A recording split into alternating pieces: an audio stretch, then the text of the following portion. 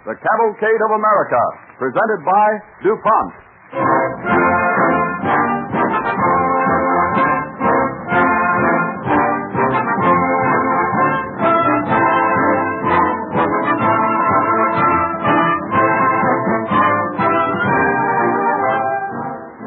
This evening, the DuPont Cavalcade tells the story of a man typical of so many foreign-born pioneers whose loyalty to his adopted homeland helped its growth to greatness. John Jacob Astor, in the early days of the young republic, saw the vision of American commerce taking an equal place with that of the other nations of the world. Together with commerce, one of the factors that made America what it is today is the work of the many research chemists who are continually advancing the standard of living by supplying us with more comforts and conveniences. Their contribution to our daily life is well expressed in the DuPont pledge: better things for better living through chemistry.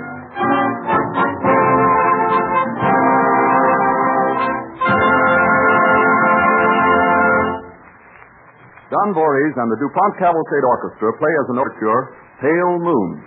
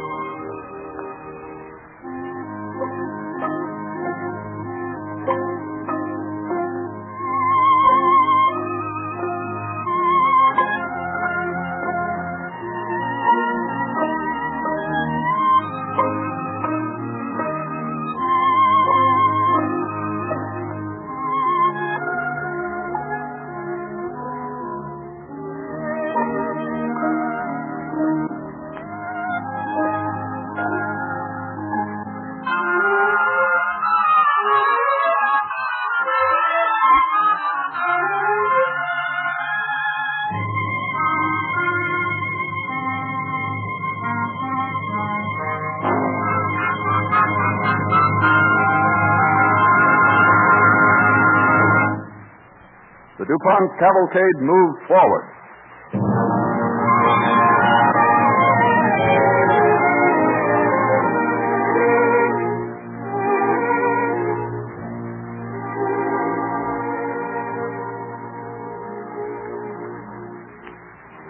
John Jacob Astor was born July 17, 1763, in Waldorf, a village in the shadows of the Black Forest in Germany. In early youth, he resolved to come to America. And as our story opens, we find a large sailing vessel nudging its course through the misty capes of Chesapeake Bay. It is a windy morning in January, 1784, as Captain Jacob Stout, master of the schooner, and a passenger, Nathaniel Prime, stride swiftly across its deck to the rail, where two young men stand watching the approaching shores of Maryland. One of them is playing a flute.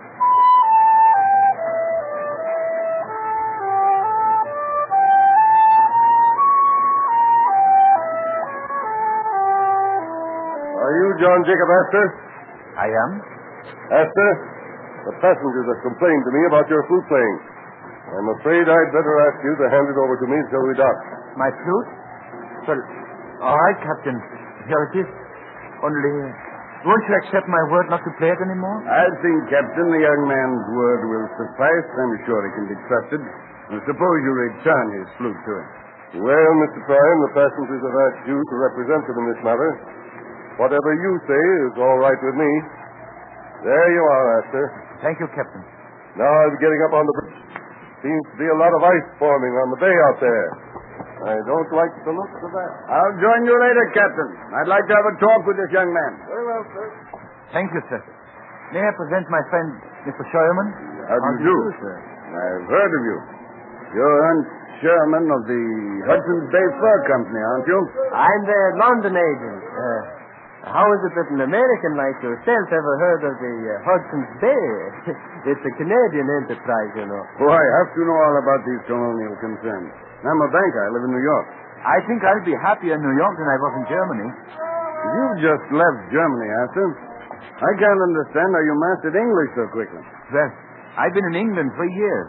But when I was a little boy in Germany, we used to hear all about America. Oh.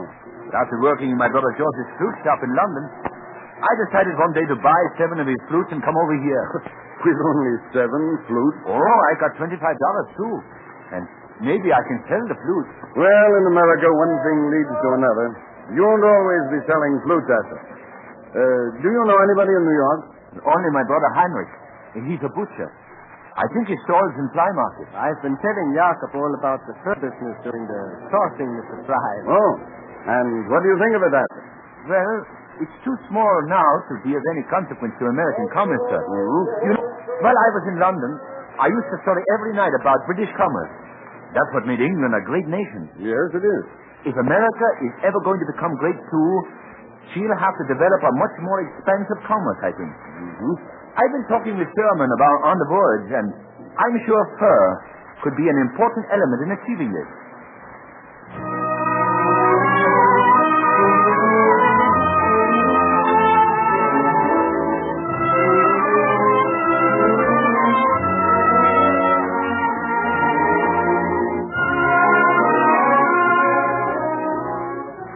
It cost young Astor his remaining $25 to take a stagecoach from Baltimore to New York, where he landed with only the 7 flutes to his name.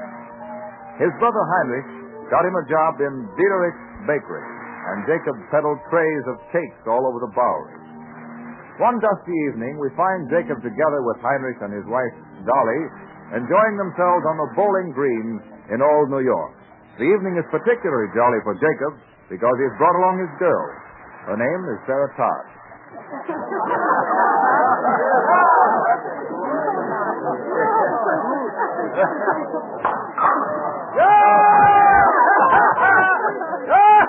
By golly, Jakob, let's have a try at the 19th. Henry, no. You said we were going to play clubbing the cat next. No, Charlie. You mustn't tell a husband what to do. He will chop the cat by and by. Oh, Sally, I warn you. Don't marry an Astor. Look at me. I am, and you seem healthy enough. You must like it. Healthy? That's rich. Well, almost as rich as all those pastry cakes Sally eats so she gets so fat. Herr Schmidt, are the pins set up? Oh, yeah. Who's going to be first? Better let Jakob bowl before you, Heinrich. You're not so thin yourself, and you'll need all your wind. So save it up. All right. Take a ball, Jakob, and roll it down the green. All right. Watch me get them all in one throw now, huh?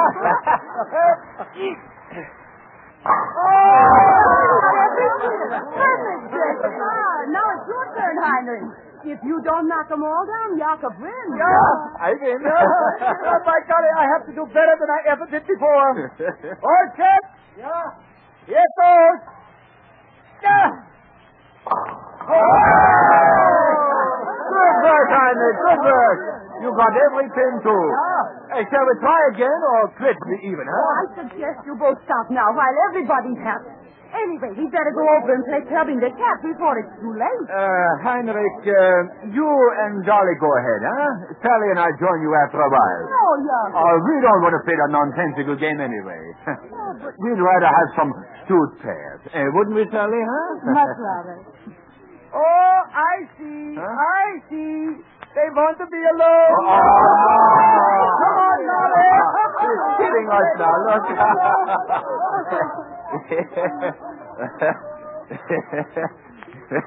Well, let's find a bench where we can see the water, Sally, huh? All right. My, it's very beautiful in the park at twilight, isn't it, Jacob? Yeah. It's really beautiful tonight. Everything's beautiful tonight. Look at all the lights of the boats in the bay. I envy those little boats out there. To us, they seem to be lost in the shadows, and yet, really, they're so sure of themselves. They know just where they're going. Sally? Oh, here's the bench. Yeah, the bench. Shall we sit down? Yes. Sally, right now, we're at the very bottom of New York. I want to go up the length of this island and out beyond, into the great country that lies far away to the west of us. The pilgrimage is a long one, and it'll be a hard one. But I must make it. I want to go into the fur business someday, you see. Sally. Yes, Jacob. I can't imagine such a picture without... Well, I've known you quite a while, haven't I? And as I was saying, I can't imagine it all without... Me, Jacob? Yeah. Sally, you don't have to say yes right away. Look, in a second the chimes of Trinity Church will strike the 3/4 hour. Tell me your answer when they stop. I can't wait much longer than... But after all, Jacob, why not?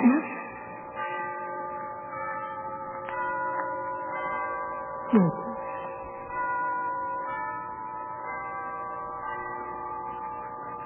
Of course I want to be a part of your picture. Yes, Jacob.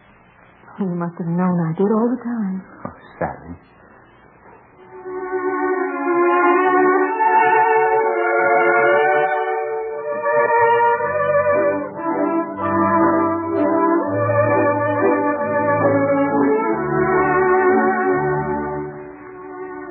And when John Jacob Astor married Sarah Todd, she brought him a dowry of $300, whereby he was able to go into the fur business.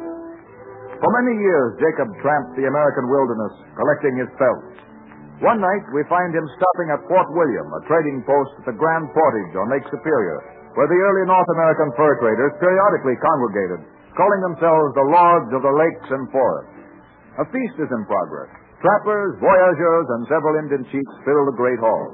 Jacob is talking with an old fur trader, Senor Louis Montfoy.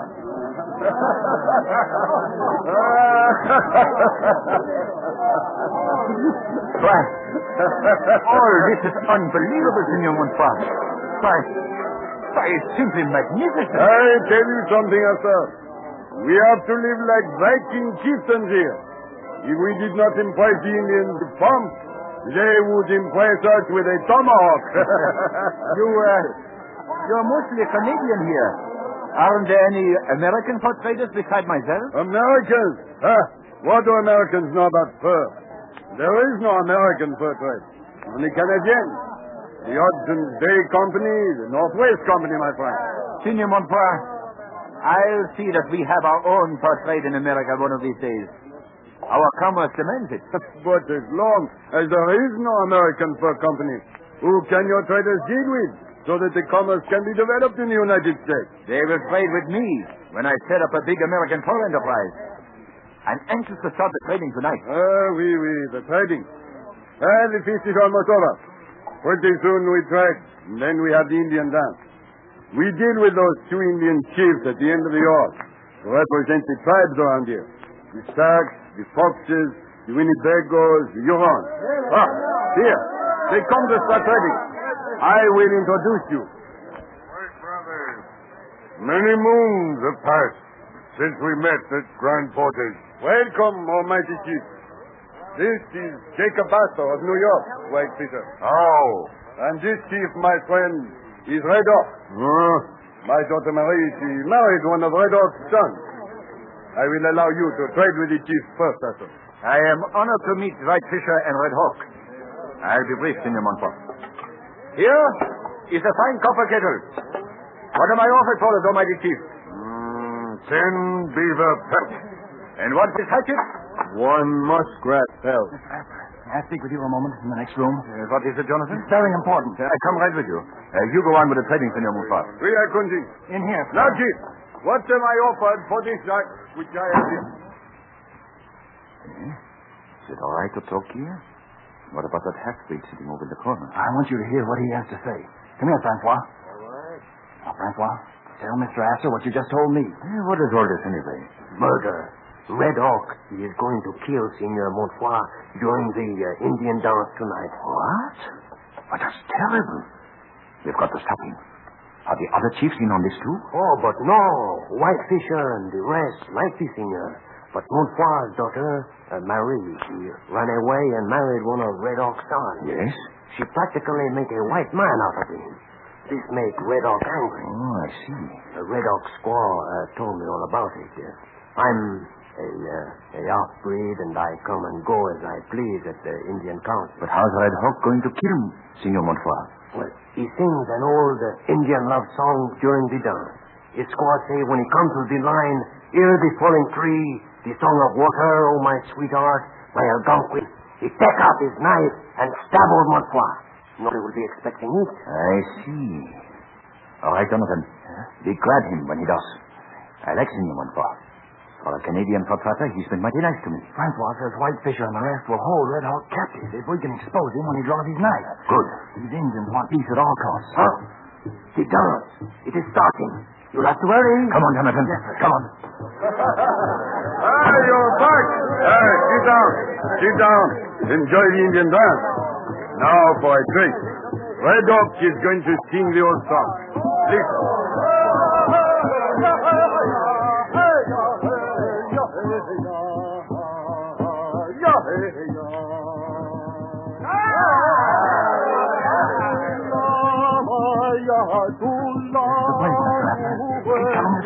Yeah, I'm ready for him.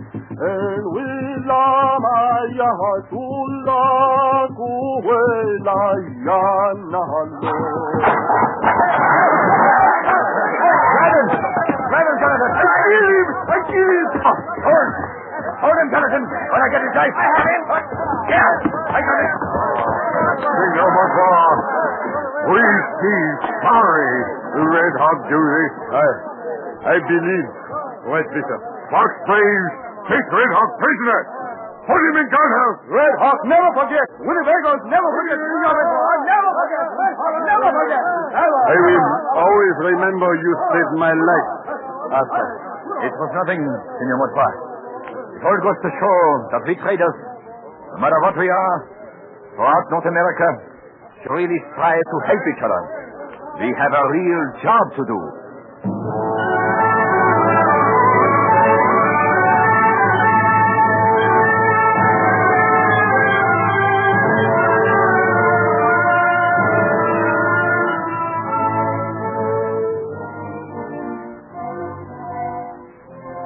When Astor returned to New York, he founded the American Fur Company. His resourceful mind and intrepid spirit led him to establish a network of trading posts winding across the western ranges of our territories.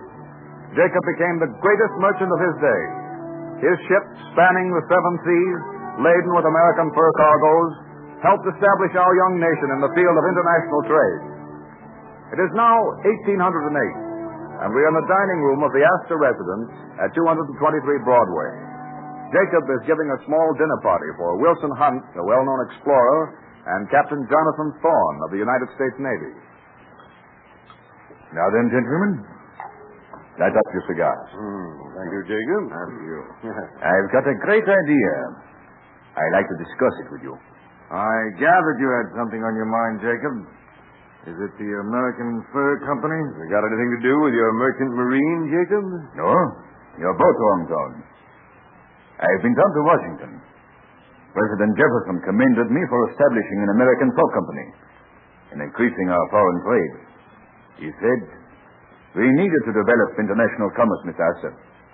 I only wish our frontiers might be colonized as well. Old Daniel Boone said the very same thing to me last time I saw him. So, I told the president, I thought the reason for that was because our country was too one-sided. Our whole national life is in the East. Why should people leave the Atlantic seaboard when there's nothing out west but a wilderness?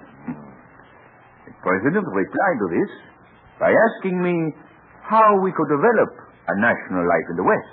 And what did you tell him, Jacob? I said, by establishing a seaport on the Pacific. Oh, really? Now, If this could be done, what do you think? The United States would have access to the two largest oceans in the world. But who would establish this seaport on the Pacific, Jacob? That's the reason I asked you to have dinner with me tonight. You and Hunt both.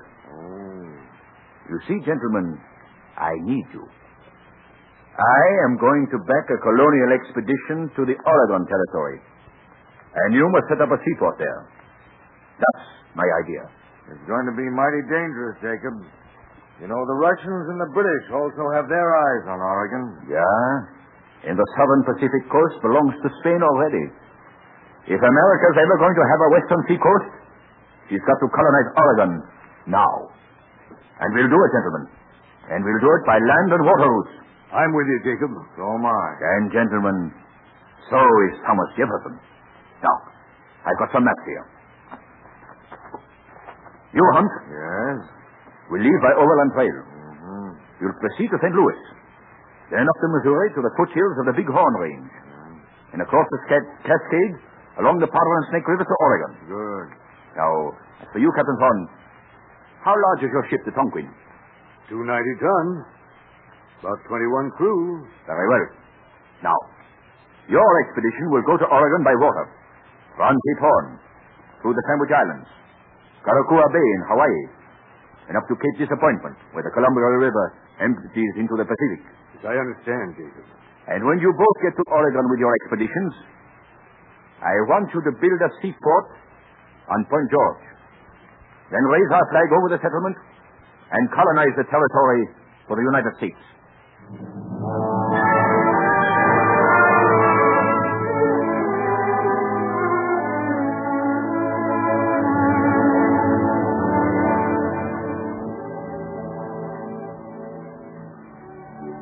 Astor's plan to colonize the Oregon Territory for the United States went ahead. Wilson Hunt left Montreal with the Overland Expedition July 5th, 1810. And 2 months later, Captain Thorne's ship, the Tonquin, sailed from New York. On February 15th, 1812, the Stars and Stripes were unfurled from the battlements of Astoria in Oregon. As he grew older, Jacob gradually lost his adventurous spirit and lived at home with Sarah in an atmosphere of extreme simplicity. It is now spring in the year 1823. Jacob is 60, and we find him at Monticello, the home of Thomas Jefferson. It is almost twilight, and the two old men are talking on the veranda. You know, Mr. Astor, you helped develop this country in a very vital fashion. Some of us have given the best years of our life in the service of the nation. Your way has been through commerce, a real necessity in our young country. Do you recall the day you told me about your plan to colonize Oregon for the United States? I'll never forget it, sir. I consider Astoria a great public acquisition. And I look forward with gratification to the time when its descendants shall have spread themselves through the whole length of the coast. You appreciated my reasons for purchasing the Louisiana Territory, I'm glad to hear you say that, Mr. Jefferson. And I'm glad you came down here to see me, sir. You, as much as any of us, have labored to make our country great. As a fur trader, a merchant, and in the interest of international commerce and colonization. If I was still president, I could speak for the entire United States. But that's not necessary. We all know, and future generations in this country will know, Mr. Astor, that you are one of our real pioneers, a pioneer in American commerce.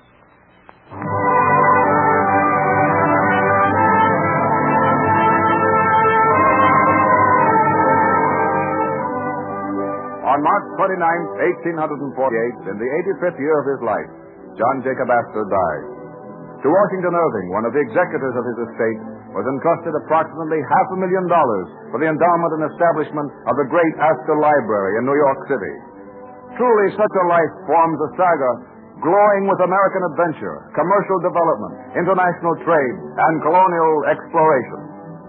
This evening, DuPont is proud to add the name of John Jacob Astor to the distinguished roster of the Cavalcade of America.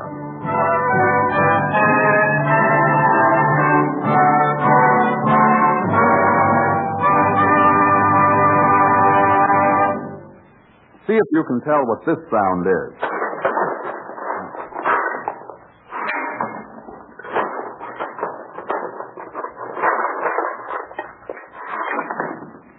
Probably you've already guessed that it's a man shoveling coal into the furnace. To most people, coal is coal. But to a chemist, a lump of coal is a rainbow of color, or the scent of lovely flowers, or medicines to guard our health. Take an ordinary log of wood. To most people, it is something to burn or to use in making planks.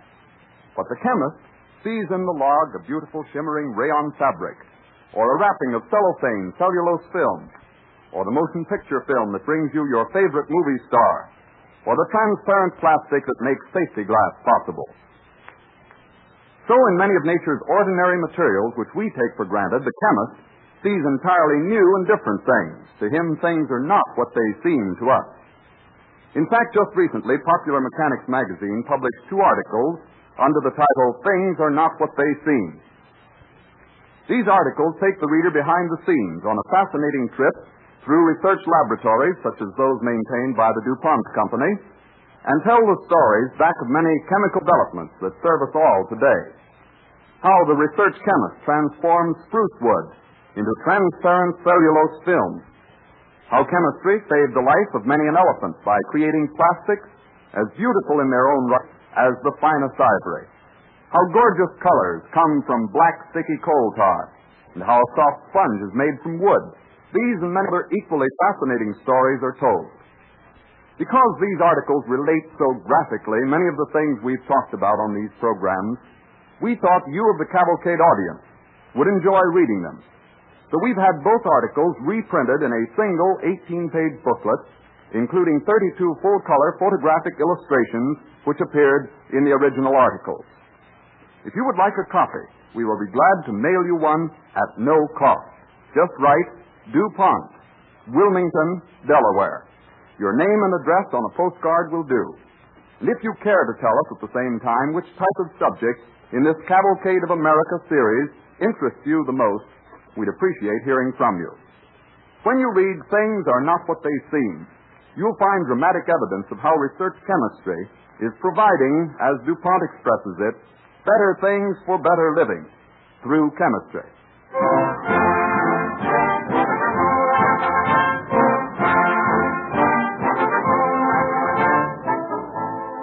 Clara Louise Kellogg, little-known incidents in the life of America's first prima donna, will be the subject of our broadcast when next week at the same time, DuPont again presents the Cavalcade of America.